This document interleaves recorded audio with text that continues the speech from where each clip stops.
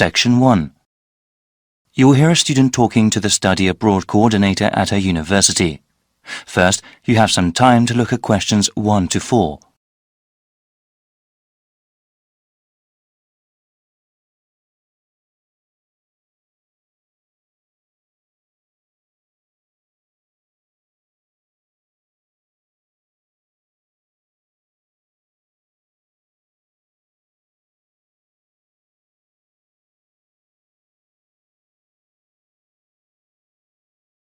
Now we shall begin. You should answer the questions as you listen because you will not hear the recording a second time. Listen carefully and answer questions 1 to 4. Hi Leela, please sit down. So you were interested in studying abroad next year, right? Yes, that's right. I've always wanted to live and study in South America. Okay, well, I have to go over a few things with you first, Leela. Once I get some information, I can tell you about studying abroad. What is your last name? Kim, that's K-I-M-H. Okay, now, when are you interested in studying abroad? I want to study my entire third year of university abroad. Wow, that's a long while, but well worth it. Have you ever lived or studied abroad before? Yes, I took a summer language program in Buenos Aires, Argentina. Will you be applying for financial aid for your year abroad? I think I will be. Living costs are lower in South America, but plane tickets can be very expensive. What kind of degree do you want? I plan to obtain a Bachelor of Arts in Spanish and Latin American history. I'm especially interested in how countries there became democracies. That sounds very interesting. Do you have any idea what countries you want to study in? I think I'll do one semester in Bolivia and then another semester in Peru. That's all the basic information I need. Just ask if you need anything else. Before you hear the rest of the dialogue, you have some time to look at questions 5 to 10.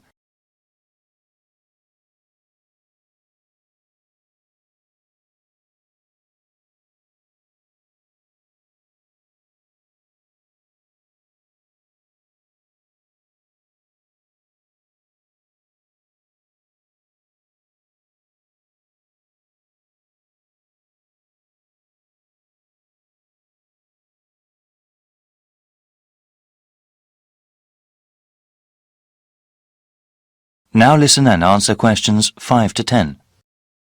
Now, Leela, there are some things I have to explain to you about going abroad for a year. You know that it can be difficult at times. Yes, actually, I had a friend who went to China for just a semester. She said the language barrier was quite a problem. Actually, not only is there a language barrier, there are also cultural differences that can make living or studying in another country very difficult. You mentioned going abroad before, but over the course of a year, some people can experience severe loneliness. I think I'm prepared to deal with that. Also, you have to be organized when it comes to applying for your study abroad program. Our university here may not accept every course you take abroad. You have to make sure with your academic advisor about which ones are appropriate and will count towards your degree. Understood. Thanks for the advice. Actually, I did want to go over the application procedure briefly with you. I read it on the website, but... Yes, it can be slightly confusing. First of all, please remember to keep your grade point average at 3.2 or above. There are high standards for those sponsored by the school to study in another country. Once you have declared your major, you can begin your research into which programs you want to go to. After filling out the appropriate application, you will submit them to the Office of Study Abroad. After they review your materials, you will be informed about whether or not you can study abroad under the university's name. You will also be informed about how much financial aid you will receive. Sounds slightly daunting. Well, from what I have seen, I don't think you need to worry. Okay then, I'll print the forms from the online website now and get started. Good luck, Leela. Thank you so much. No problem. If you have any other questions, please email or call. I will. Bye then. That is the end of section 1. You now have half a minute to check your answers.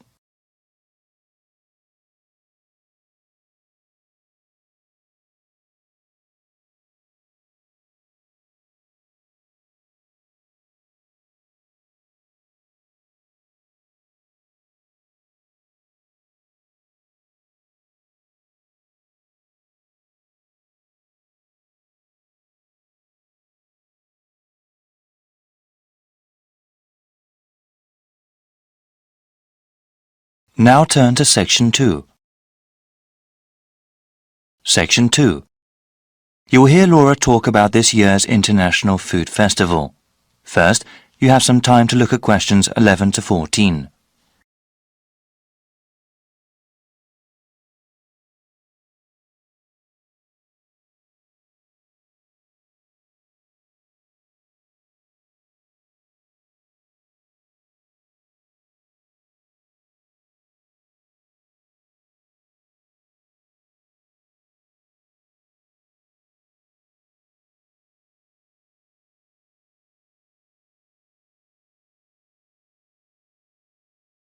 Now listen to the first part of the talk and answer questions 11 to 14. Good morning, everyone. Today we have a special guest speaker. Laura Lanthor is director of the International Food Festival this year. Laura, can you tell us about what to expect at the festival? Of course, Vincent. This spring, people in the city can go to the 7th Annual International Food Festival. This is a special event for the whole family. I do have to tell you, though, we are holding it at a different date than before. Easter is exceptionally early this year, and if the festival were held as usual, it would have fallen on the same weekend. This year, the festival will be held on the first week of April, before Easter. The festival will be held at the Walker Field grounds and will be divided into 4 main areas. There will be a Western food area with authentic representations of European cuisine. There will also be an East Asian section with chefs and products from Japan, Korea, and China. A South Asian section will have food from India, Vietnam, Thailand, and Indonesia. For the first time this year, we will also have a Latin American section where people can try things from Mexico, various Caribbean countries, and South America. There will also be special booths where people can learn about all these cuisines.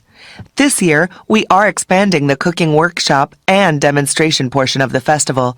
Attendees last year really seemed to like learning about food and having a hands-on experience. Before you hear the rest of the talk, you have some time to look at questions 15 to 20.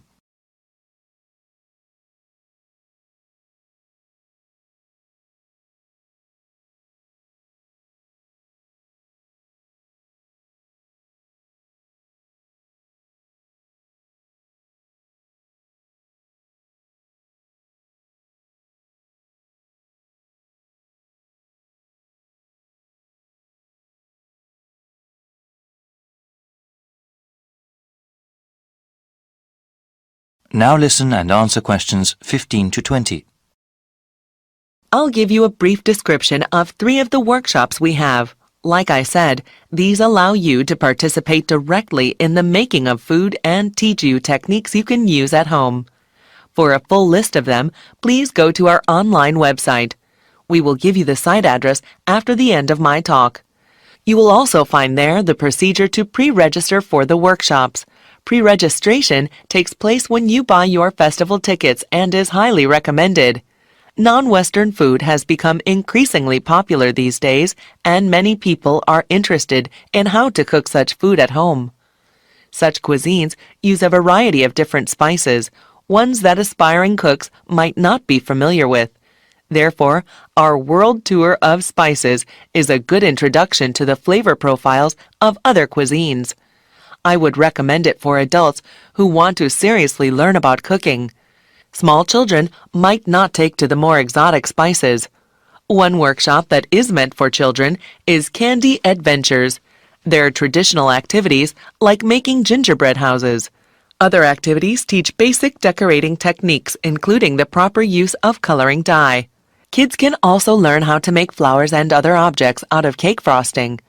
We understand the concerns of parents regarding their children's health, so everything used in this workshop is either sugar-free or uses acceptable sugar substitutes. Lastly, we have a workshop that is suitable for the whole family. Salads Forever is a workshop for everyone interested in healthy eating.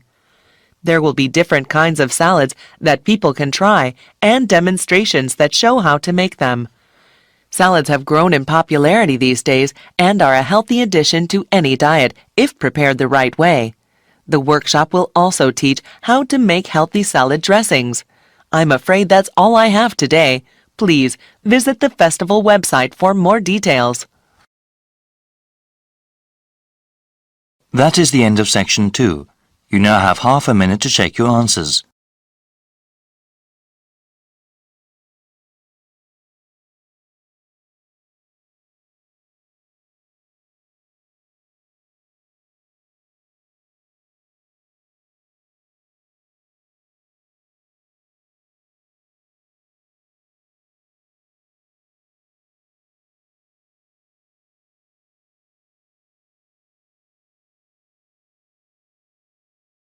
Now turn to section 3.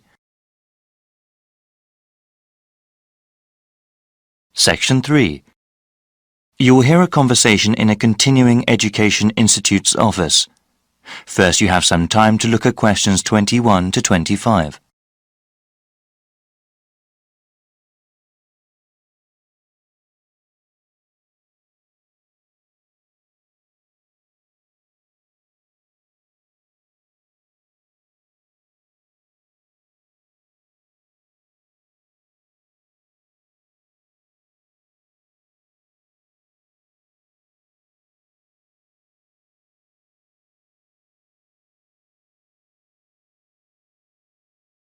Now listen carefully and answer questions 21 to 25.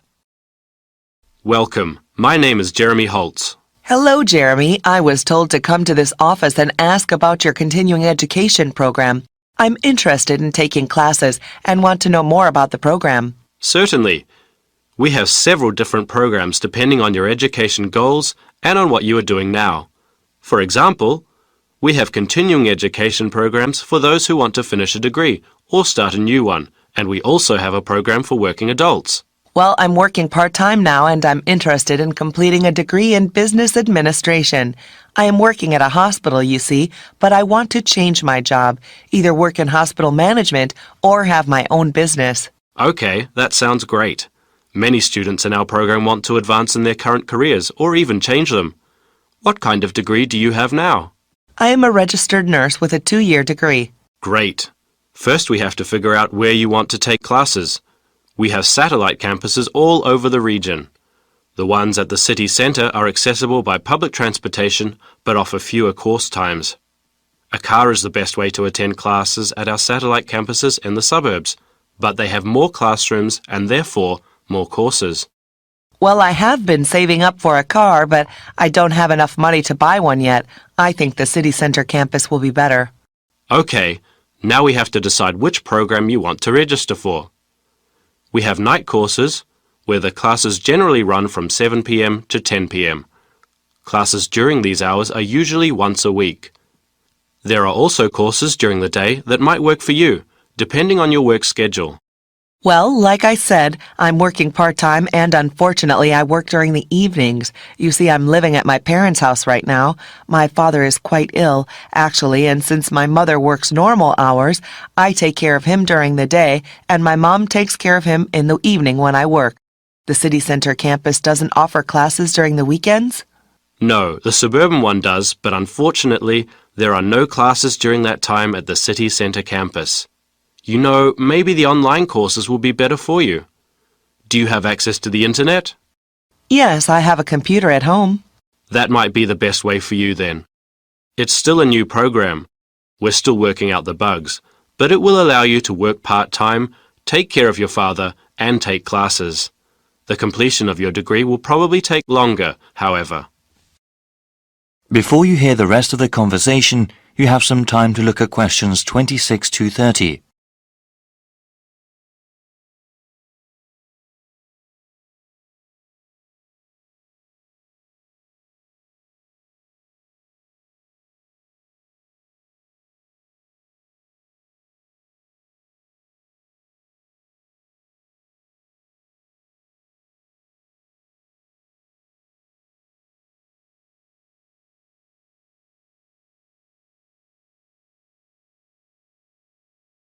Now listen and answer questions 26 to 30. So, how exactly does this work? I'm slightly nervous about studying again. It's been years since I've been a student. Yes, it can be a bit daunting at times. Continuing your education and improving yourself are well worth the effort. Actually, before you start taking online classes, there are several refresher courses that you are required to take. What kind of courses are those? These are especially made for the returning adult student. We understand that education is just one of a number of priorities for those that take classes with us. The refresher courses teach you how to manage time and juggle between different areas in your life. Techniques like writing down your daily schedule and ways to avoid procrastinating are talked about. Also, there is one course that reviews basic study skills, like the most efficient way to read the course text, as well as basic academic writing. I think that would be really helpful for me. I enjoyed studying when I was going to school, but I definitely need some tips on how to manage my classes along with the rest of my life. Many students I've seen are in a similar position. They have to balance both their work and family life with their education.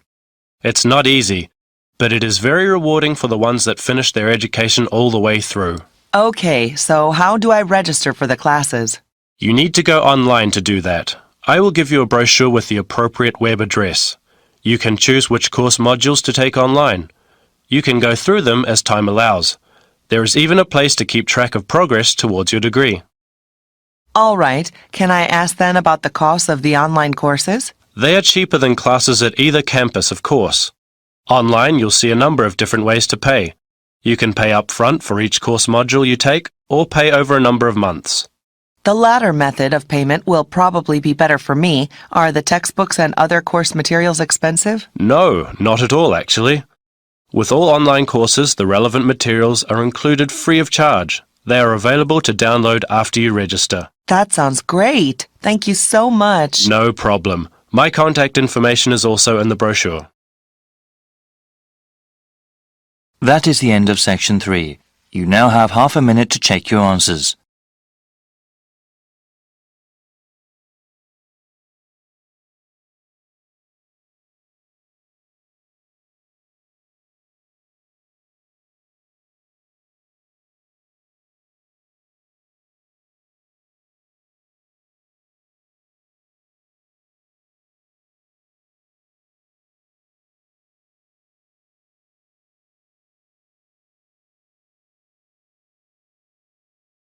Turn to section 4.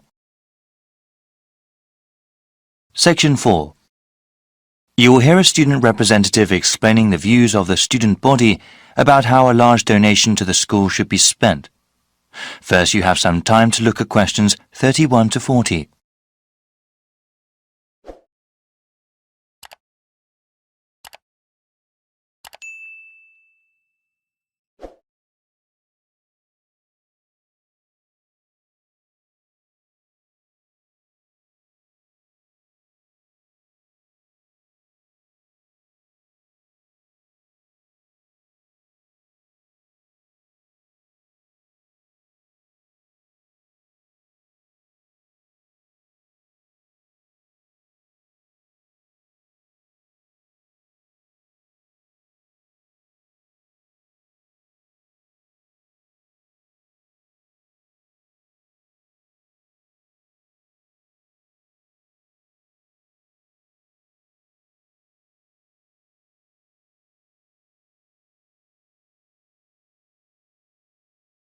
Now listen carefully and answer questions 31 to 40. Thank you, Mr. Chairman, for asking the student body about the recent large donation to our school and what it should be spent on. Also, thank you to the rest of the Board of Trustees for letting us have some say over how to improve our university. We know that sometimes students and administration have different priorities regarding the development of the school, but we hope you sincerely consider some of the ideas that are proposed. When the estate of Paul A. Madrib announced that he had left over $50 million to the school, the whole community was quite ecstatic and very grateful for such a generous gift. Since the initial euphoria has passed, though, we have all realized that some tough decisions have to be made. The donation can help fund new projects for the school or improve existing facilities and programs. But there is not enough money to pay for every single idea. That is why the University Senate, through an online survey, asked the student body what ideas they thought were best. The first part of this survey consisted of an open question. Students could list any number of different ideas. The results were then compiled in order to do a second online survey. Ideas that were totally impossible, or those that were jokes, were taken out. All the ideas that consistently came up again and again were put to a vote. We found that the 4 things that came up the most were all pretty different. I will mention them briefly before going over the pros and cons of each of them. In the first part of the survey, we saw over and over again that students wanted to improve the residential dormitories, completely redo the campus dining system, remodel the athletics building, and finally increase funding for research projects and grants, especially for those in science. Obviously, there is not enough money from the donation to pay for all those ideas, so we have to prioritize.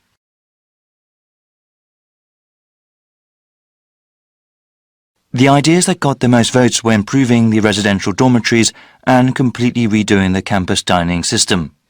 They both got 30% and 28% respectively of students saying that was what most of the money should be spent on.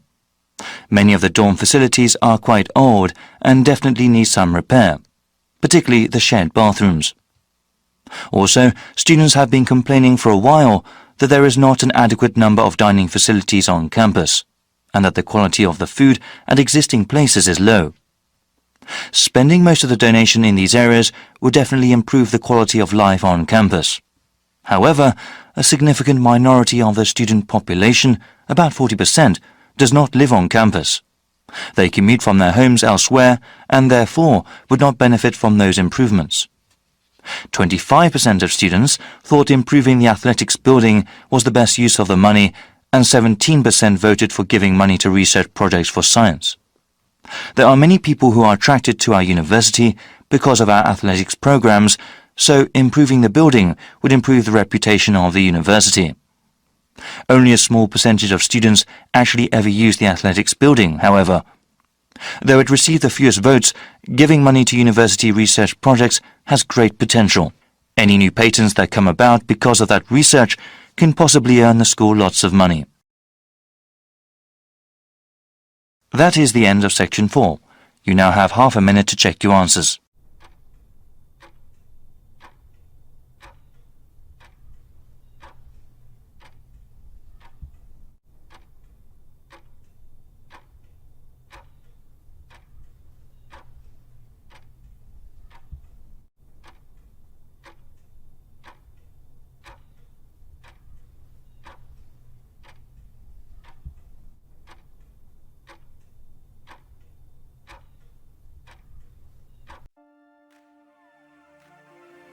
That is the end of the listening test.